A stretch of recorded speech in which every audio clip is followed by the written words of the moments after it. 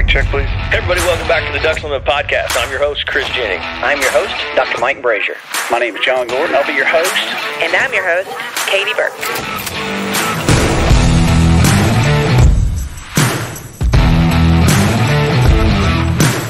Welcome to the Ducks Unlimited Podcast, the only podcast about all things waterfowl. From hunting insights to science-based discussions about ducks, geese, and issues affecting waterfowl and wetlands conservation in North America, we bring the resource to you, the DU Podcast.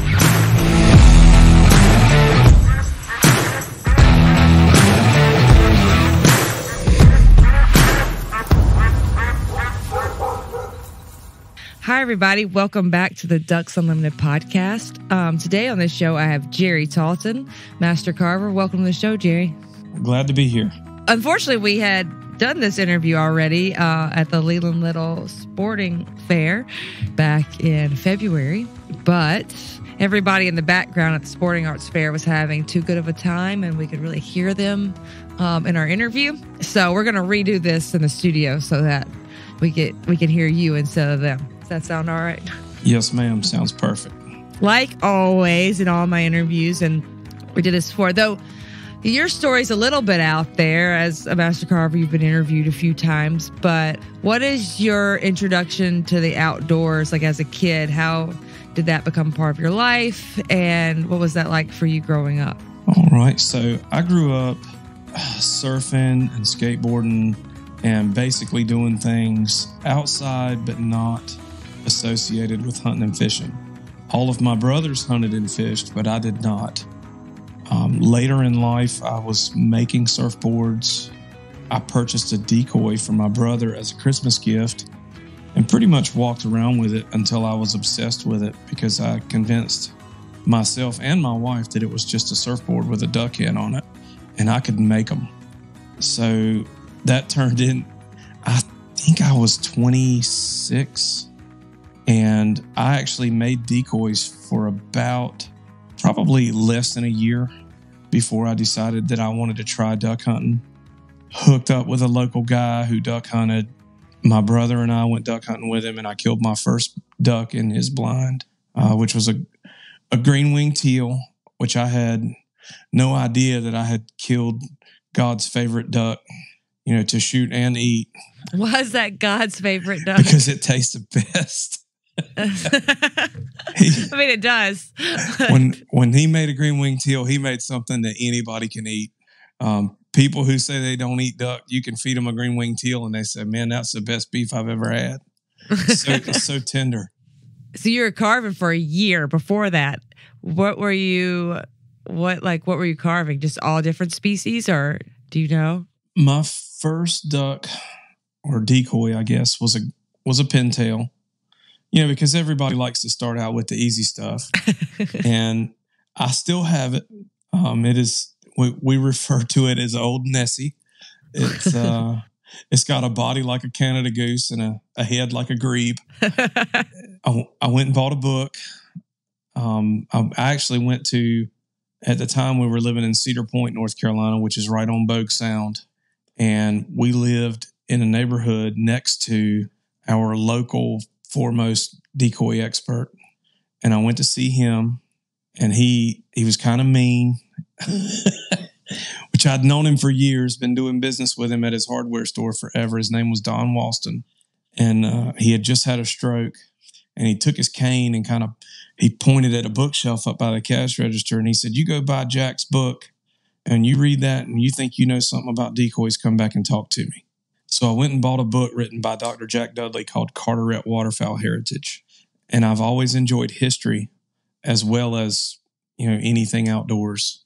And it was a natural fit is what I would call it. My wife would call it a mental illness that it immediately took effect. I read that book and I wanted to make those decoys, and I wanted to hold them. I wanted to look at them. It's very hard. I've been asked many, many times by different interviewers how to describe what it is that attracts a person to making decoys. And I honestly don't know. For all of the thought and hours of dedication that I've given to it, I just can't tell you. Some people are attracted to things they see. Some people are attracted to things that they smell. When you hold a decoy, either you feel it or you don't. And I feel them. I think about them. I lay in bed at night with ducks and decoys swimming through my dreams. I have a question about the transition from, kind of backtrack a little bit, from the surfboard to the decoy. Just because when you're talking about your first decoy and like using a hatchet and like a draw knife and things like that, what are you using in a surfboard? Like, is it anything similar? So the first decoys I actually made with a hand power planer. You shape surfboards with a hand plane. Okay. And that's going to mean something to some people, and some people are going to have to Google it.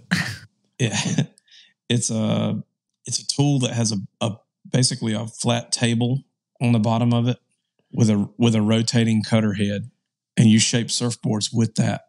It's actually made for furniture making, door fitting, cabinetry. That's what I think of it as. A Skill 100 is the preferred planer for surfboard shapers, and it's the type of planer that I had, and I used that and a Sureform rasp and a 8-inch disc grinder to make my first decoys. And I'm not proud of that, but I'm also not ashamed of it. Well, I mean, that's what you had worked with before. So that's why I asked that, because I didn't think it was the same thing. So how did you how long did you work with those tools until you started trying to use the older tool, like the older decoy tools that are traditional? So I moved from using those to using contemporary decoy making tools of the time, 4 years ago, which would be a rotary grinder, like a kind of like an industrial sized Dremel tool. It's made by the Fordham Company. They've been around forever. I don't know what their initial use were. I don't know if they were used for pattern making. I know that they've been used in glass factories, but lots of people use them for making decoys. So I switched up to a rotary tool, and I used that for several years. I ran into a guy at a decoy show, and he looked at the decoys I was making, and decoys they go through cycles. People get interested in them. They want to make decoys that look like ducks. You get into this homogenized, plastic-looking decoy. And nothing against the guys who make those. There's artistry in all of it. But if you're making like a competition-grade decoy in coastal North Carolina, it looks the same as a competition decoy made in Oregon. Well, Oregon has their own traditional style of decoy making. So does North Carolina. So does Illinois River. So does New Jersey. So does Long Island. So does Louisiana. Well, anyway, I'm rambling, but I met a guy at a show, and he looked at my decoys and he said, "Man, they look great. You're doing pretty work, but why are you making these decoys that look like plastic decoys?" And it hurt my feelings.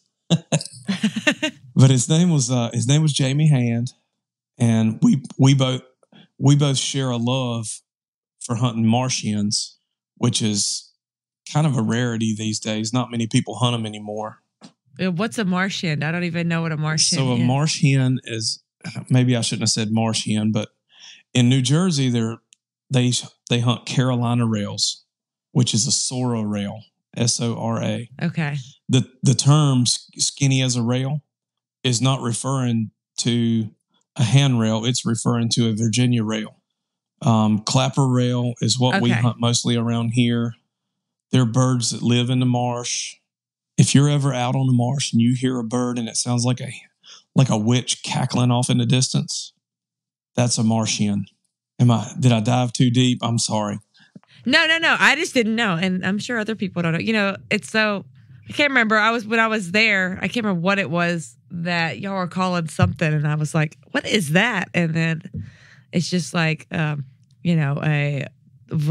a regional way of like referring to different things. So we don't really have those. So I wouldn't know what that is in Mississippi. So y'all probably do have them in Mississippi.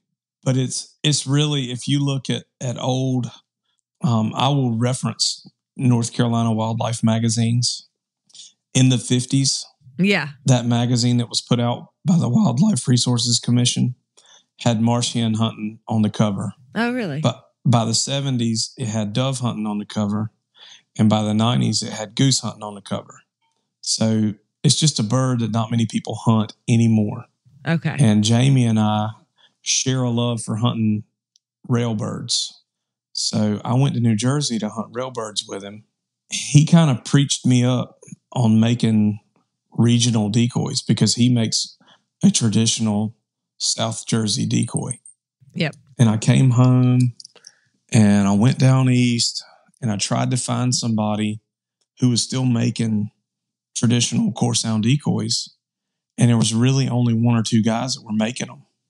I mean, they're what I was attracted to just from reading Dr. Dudley's book. So I became obsessed with recreating, this urge to hunt with core sound decoys. And I'm not giving myself credit for this. I almost credit the internet with it because of social media. Because I had all these people reaching out to me, guys from South Carolina, guys from Oklahoma, guys from Alabama, Virginia. What are core sound decoys? What's a core sound? Because they're Googling core sound and they're getting like speaker companies. And I'm like, well, it's a body of water in eastern North Carolina that most people have never heard of. But at one time, it was the premier waterfowling destination in the country. When Babe Ruth had time off, he went to Core Sound. So I'm rambling. You got to guide me, Katie. No. I have a lot of questions with this. So, where is your hunting when you meet Jamie? Where are you hunting at this point? Are you, ever since you started hunting, did you start hunting more, or did it kind of teeter off and then come back as you made decoys? Like, what's your hunting like during this transition to meeting Jamie? So the first time I went duck hunting, I was hunting open water, pretty much a brackish river. Okay. And you didn't know what you would see. We shot redheads and green-winged teal the same day. Okay. Yeah, that's very different. After that, I hunted mostly on public land in the Croatan National Forest and pretty much shot wood ducks, mallards, and teal. Okay. I did for a time, probably 2007 time frame until 2011 or so. We hunted open water a lot. Okay. We hunted layout boats on the Neuse River, big rigs, mostly in salt water. We would put out 300 or 400 handmade wooden decoys. Okay, because that was my next question. Were you as soon as you started hunting, did you start hunting over your decoys, or how did that transition of, making more realistic decoys to more of a gunning style North Carolina decoy go? I know you say how you met Jamie and that part, but how did the hunting part of it influence what you were making, if it be by species or a style, for open water versus, shallow water? It didn't really. No. It's like this, and I equate this. I have a tendency to create my analogies around surfing. So if you're a surfer, if you're riding waves, 99.9% of your time is spent paddling a surfboard. You will paddle a surfboard hours compared to the seconds that you spend riding waves. And hunting ducks is the same thing. You spend hours and hours and hours concentrating on duck hunting, decoys, guns, dogs, boats, environmental, what food sources are available to attract what ducks. You become a naturalist and a carpenter and a boat builder, and there's just so much in it for literally just moments of pulling the trigger. Shooting ducks is the smallest part of being a duck hunter. It's such a small part of the whole thing. And I don't know if I really properly answered your question there. No, I like that answer. Yeah, it is. It is a small part. And like, if you're just out there to shoot ducks, then you're in the wrong hobby because you might as well just become a skeet shooter if you just want to shoot things. Especially if you're carving your own, that's a whole different thing. We don't do that. But like, I mean, I feel like it's more spending time with the people you're with and being outside. It's less of that. If you want to kill an animal, regardless of what animal it is, you have to get to know that animal and learn its habits. Once you've learned an animal's habits, the killing is pretty easy. You know, we're using a firearm against something that's relatively unintelligent. You know, it's running on instinct and we're running on reason. So the decoys, I have always considered them to be more for the people than for the ducks.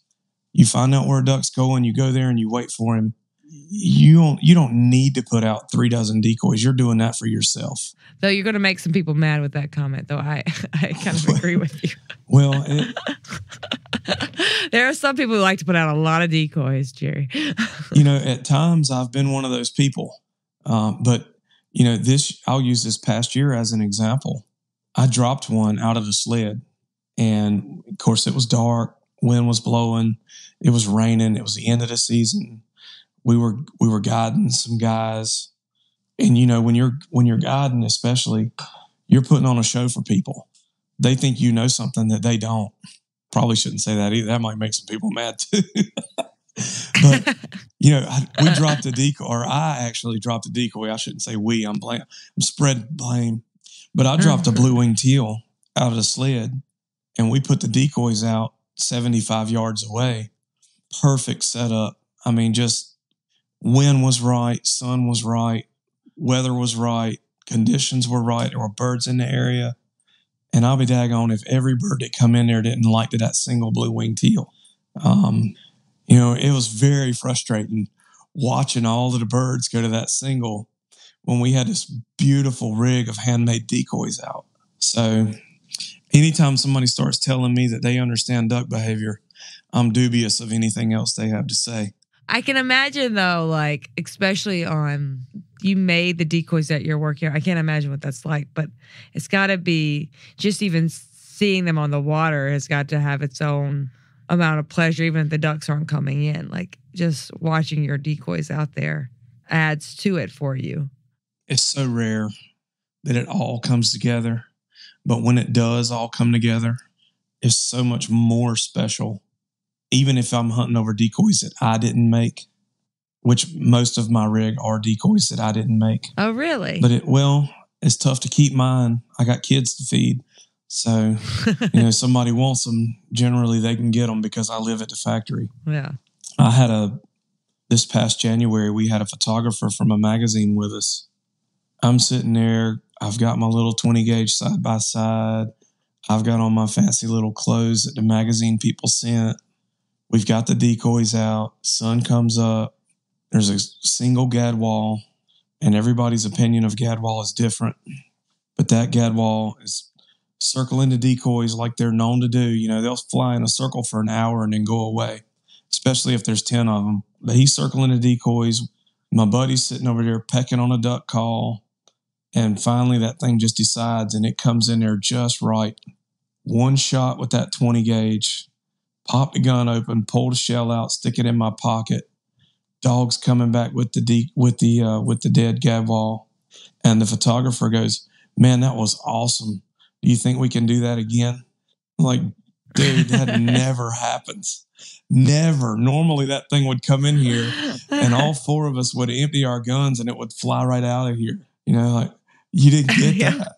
But yeah, usually if gadwalls are circling, they're not going to come in. And if they're going to come in, you better be looking because you wouldn't they come in so fast. They're sneaky. They are. Then you're all going to fire at it and miss. When it happens just right, it's there's no feeling like it in the world. Yeah. Oh, that's perfection. Yeah, that poor guy. Was your rest of your hunt good or no? That day was tough. He was with me for 3 days. We hunted twice one day and once another day. And luckily for me, it was the best part of my season. The weather was right. We had a lot we had a lot of birds. It was a good time. And we actually went on a snipe hunt. Oh, really? So are y'all still, this is off topic, but we don't have like a lot of that like history with shorebirds or like snipe or anything like that, like the Martians and sort of thing in Mississippi. Like that's just, we don't have a big history of it like y'all do. I know a lot of those birds are protected, so, but I know snipe or not. Is that still, so I'm guessing you're hunting snipe, so it's still fairly, do a lot of people do that or no? I don't know. No, it's pretty rare. One of the guy that I hunt with mostly, one of the impoundments that he manages actually had a broken dike. So that, it was just like a big muddy field. And snipe, I mean, it's what they look for. They look for mud that they can easily stick their bills in and pull up invertebrates, worms, whatever. And just like a perfect storm situation. That big muddy field was right there by the lodge. We had enough guys to go out. We didn't even have, of course, we didn't have a bird dog. We're duck hunting. So we basically did like a driven hunt. We put some guys on one end of the field and some guys on the other end of the field. And, we all cut our palms open and shook hands and promised not to shoot any low birds and just walk towards each other. And it was fun. It was, the best hunts are not planned. We were sitting there in the parking lot and everybody's pulling dove shells out from under the seats of their trucks and trying to find orange hats for everybody.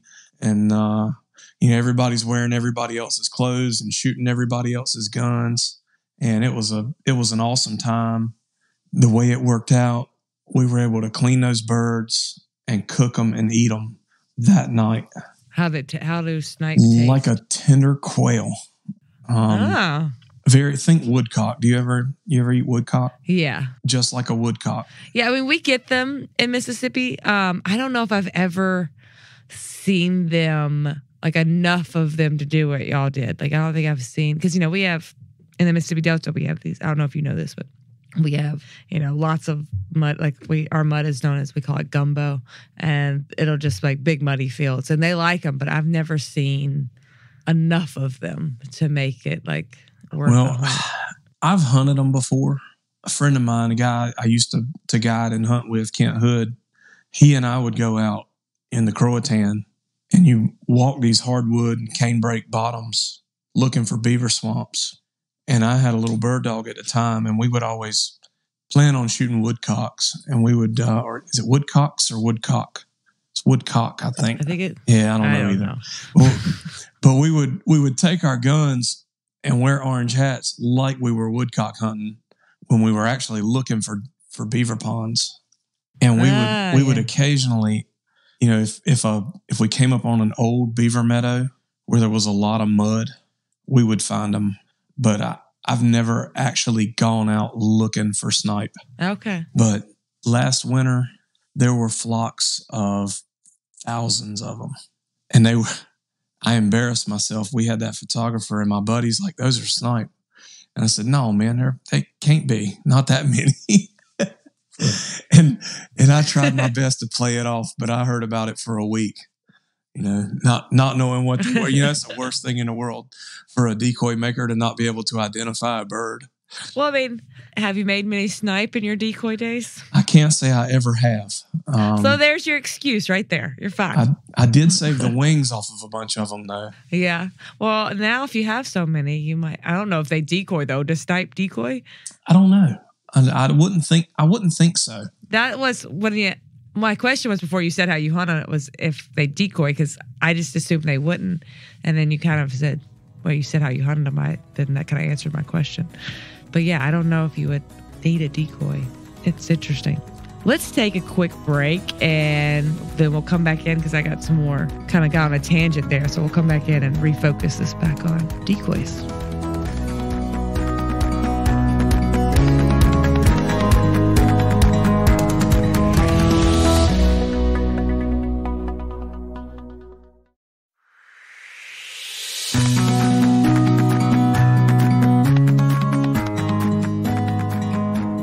Welcome back.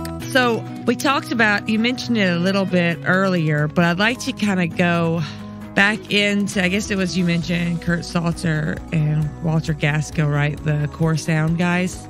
So did you develop a relationship with them, and did that develop into you becoming kind of more active in Core Sound decoy carvers? What's the history of like that part of your life? A lady named Gail Geringer, who owned a store in Betty, North Carolina, that actually sold nothing but decoys and decoy making supplies, actually sent me, she helped me probably more than anybody in the beginning. She sold me wood. She helped me draw patterns. She taught me some fundamental things that I've never really let go of. She ended up sending me down to the Core Sound Decoy Carvers Guild, where I managed, life's all about timing. And I joined the Carvers Guild right at the time when a lot of those guys who were in their 70s and 80s were still making decoys. But they weren't making traditional decoys. They were making contemporary decoys. I didn't necessarily get them into making traditional decoys. I'm not taking credit for that. But my interest in traditional decoys did get them all back into making the kind of decoys that they made in their younger years. Mr. Kurt in particular, which he was more than a mentor. Not all of your parents are you born to. I mean, that man and his wife, Miss Martha, took me right under their wing, and they were my Harker's Island family. Mr. Kurt was from Sea Level, went off to Korea, married Miss Martha. Miss Martha was literally the lightkeeper's daughter, and they loved each other and nobody else for their entire lives. They meant a lot to me, not just decoy-wise, but on a personal connection level. But Mr. Kurt, when he got back into making traditional decoys, and to backtrack a little, he had actually made decoys in the 50s when he came home from Korea. So I have what I would call old Core Sound decoys that he actually made. And then I have decoys that I still hunt with in my hunting rig that he made for me as recently as 10 years ago. Wow, that's special. He didn't influence me so much as what I was making. This is a mouthful, and I can't believe I'm about to say it out loud, and I may tell you to edit it out. But I actually influenced him to make traditional decoys again later on in life. Right. My interest in it rekindled that in him. I wonder why. Do you know why he veered from traditional decoys? Was it just because of popularity, or like what he was making, what was selling during like maybe the 80s? I would say the 80s or so. He made decoys in the 50s, and when plastic decoys came in vogue in the early 60s, there were guys who would ride around down east with truckloads of plastic decoys. And they would trade. They would go knock on your door if they seen a duck boat in your yard. And they would say, hey, I'll trade you these lightweight plastic decoys for that old wooden junk you got before you throw it in a wood stove. He didn't start carving decoys again until the late 70s. Grew up, raised a family, worked for Marine Civil Service, a full career, retired, and then got back into making decoys. And when he got back into it, all decoys were decorative. They were on the cover of Southern Living magazine. They were in movies. They were on TV shows. If not, and even though I don't love those decorative decoys with the feathers burned in them and stuff, if those older guys had not gotten into doing that, we may not have decoy makers today at all. All of that generation, they saved decoy making, depending on how you want to look at it. Yeah, I mean, I could see that because that's what was popular, because plastic kind of got rid of the gunning, and now we've kind of come back, like you and other carvers, people are reinterested in the old style decoys again, and seeing those.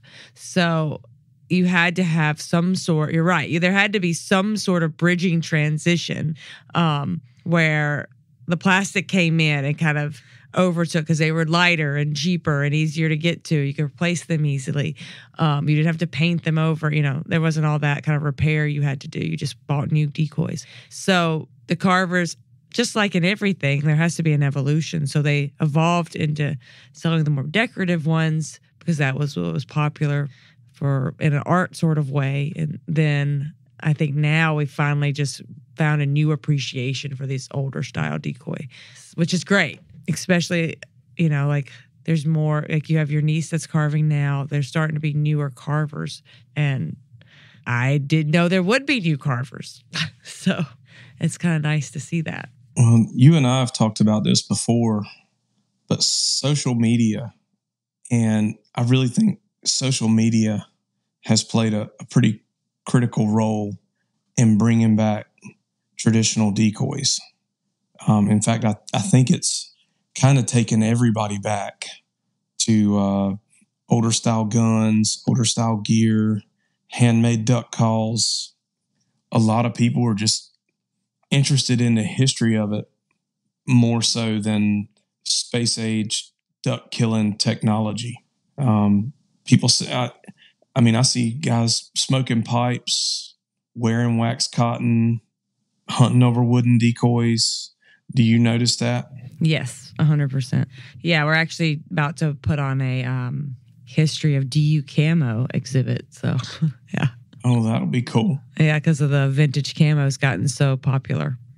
It's interesting. I wonder, I don't really know. I think social media definitely has a play in its popularity. But I wonder why people have turned to it.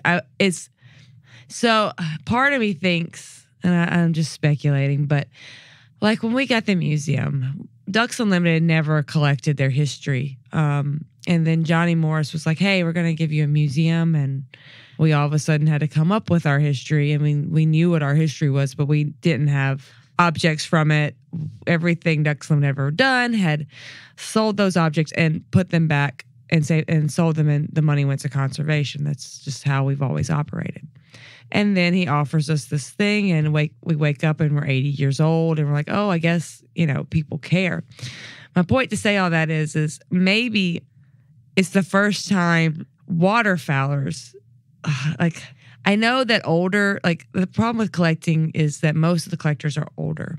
So they are thinking about the history of waterfowling, but I think there's all of a sudden this, I don't know why, but this younger generation has gotten interested in the history of waterfowling. And I don't know if that's because social media has made it more apparent and they can see it more, or I'm not sure. I don't know if I have an answer to that, but there definitely has been a trend with this younger audience, these younger group of hunters that are more interested in the history of waterfowling, or at least the look and feel of what it was like to hunt then. I don't know if you have any thoughts about that, but well, I see everything, and this is just one old backwater boy's observation. But you see more and more people shopping at farmers markets, buying their food from the people who grew it. Everybody's got chickens in their yard. Music has taken a turn for the traditional, among the people on the radio. There's still pop music being sold to people, but nobody's buying it. Listen to the radio. Right. Nobody's buying it. There's not a record store. Right. And it's the same way, I think, with hunting in general. You see people, more and more guns with wooden stocks, more real, more tangible things. Nobody, when I'm one of my little redneck fortune cookies, as my wife would call them, when I'm talking to somebody about decoys, I tell them I try to make every decoy the best decoy I've ever made. And I tell myself that someday somebody's grandkids are going to sue each other over who gets the Jerry Talton decoys. Nobody's going to sue each other over who gets the plastic stuff. Everybody wants Granddaddy's Parker shotgun. Nobody cares about Uncle Roy's plastic shotgun. No offense to all the Roys out there hunting with plastic guns. Yeah, no, it's true. That's a good point. So that brings me back to your carving. So was that always your mentality when you were carving, or when did you start kind of thinking that way of making it like each one to be that special? I would say after I encountered Jamie Hand, I was of the mindset that I wanted to make, 100 decoys. I wanted the old photos that Stuart Critcher took of Ned Burgess, where he had 5 dozen decoys on sawhorses. That's what I wanted to do.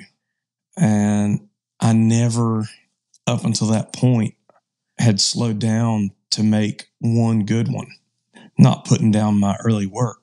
Right. Even though I would burn most of it if I could get my hands on it. But something my grandfather used to say to me, he would say, I don't do fast work, son. If you do good work, you'll get fast. But if you do fast work, you'll never get good. And it's very simple. I mean, just kind of a backwoods country thing to say. But if you think about it, it's the truth. If you do the best you can every time you do it, eventually you'll be pretty fast at it.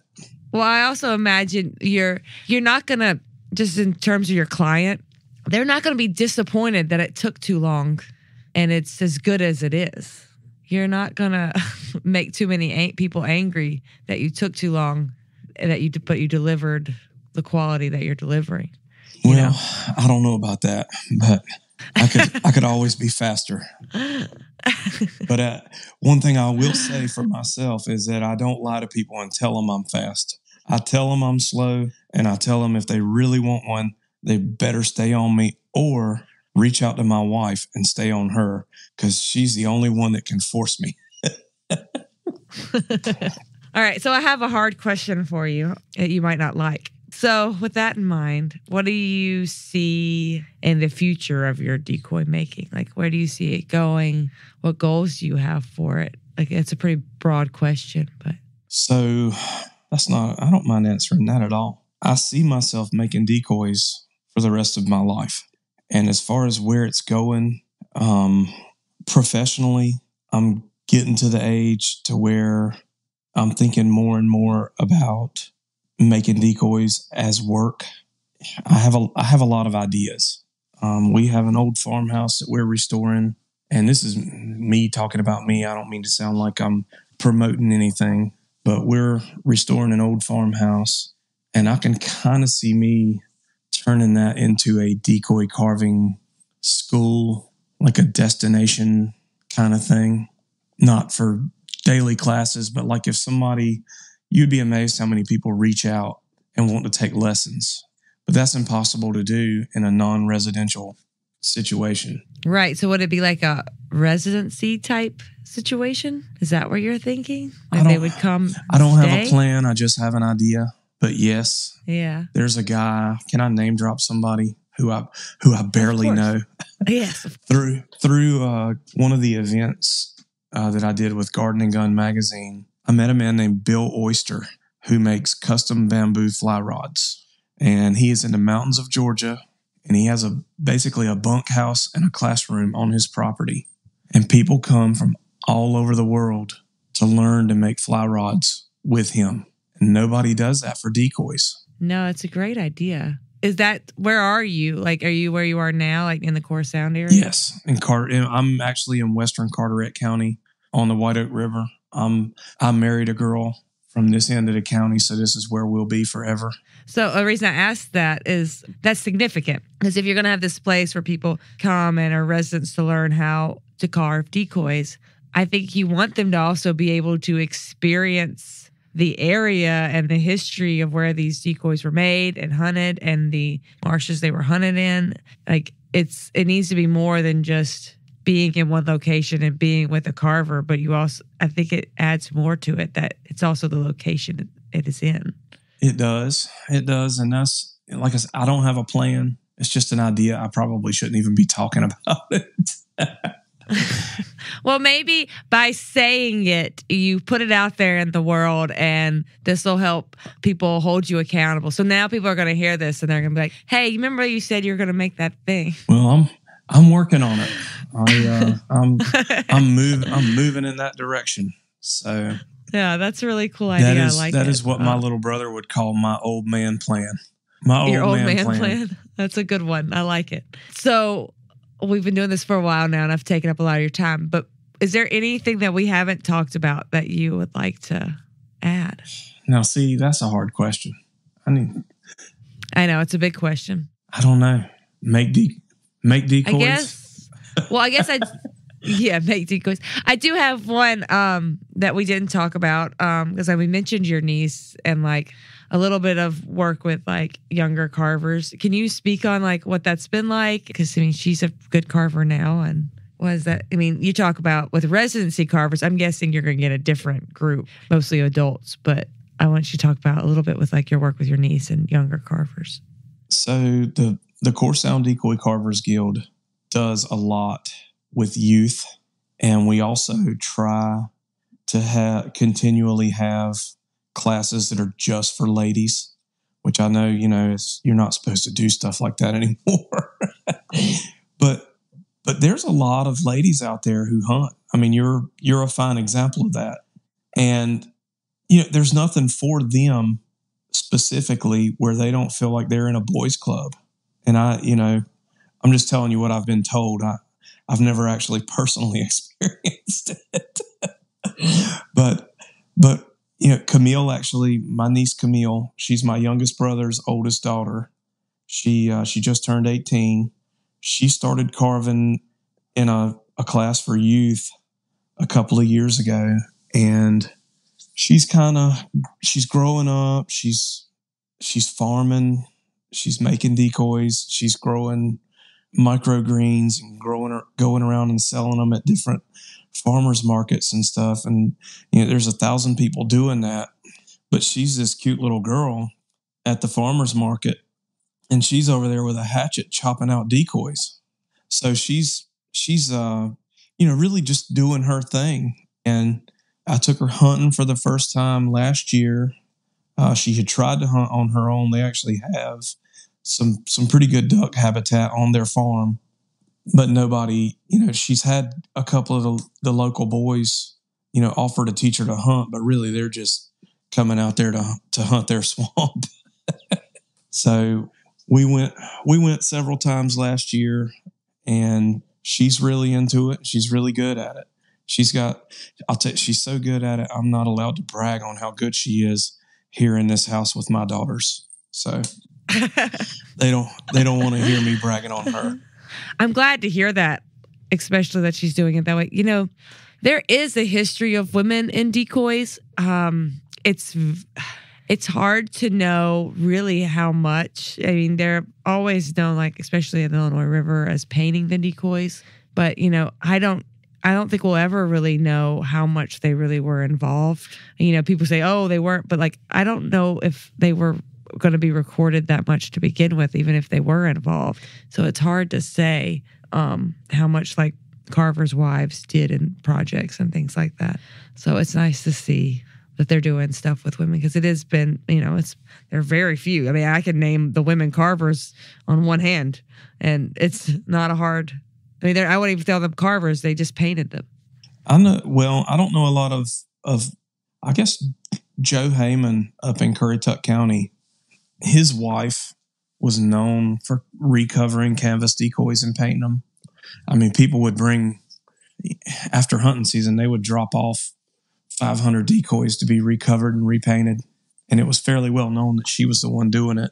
The other two I know are Catherine Elliston painted all of his, and then Edna Purdue. Right. Those are both super famous, right? Illinois River. Yeah. And they painted for both of them. So, and here at our little decoy festival, we have a featured carver every year, like most decoy festivals do.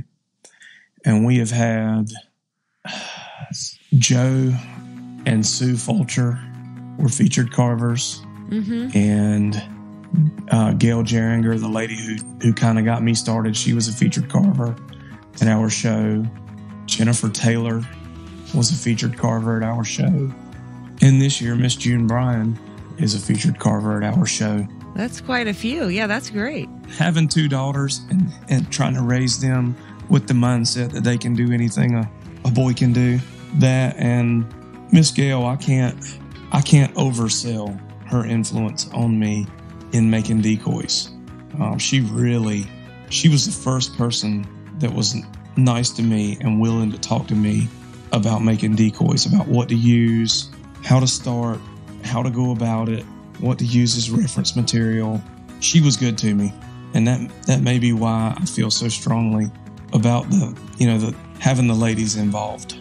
Yeah, that's great. All right. So with that in mind, to finish, if you could just in a sentence give a piece of advice for someone starting out, what would it be? Gracious. I'm going to quote Captain Hurricane Pete Peterson. And such a small thing, but he says it all the time. Full steam ahead. Perfect. Well, Jerry, thank you so much for coming on the show. It has been fun. As always, it's always fun. I really appreciate it. Thank you, Jerry, for coming on the show. Thanks to our producer, Chris Isaac, and thanks to you, our listeners, for supporting wetlands and waterfowl conservation.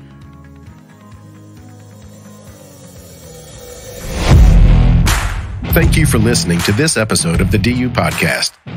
Be sure to rate, review, and subscribe to the show, and visit www.ducks.org/DU Podcast for resources based on today's topics, as well as access to more episodes. Opinions expressed by guests do not necessarily reflect those of Ducks Unlimited. Until next time, stay tuned to the Ducks. Stay tuned to the Ducks.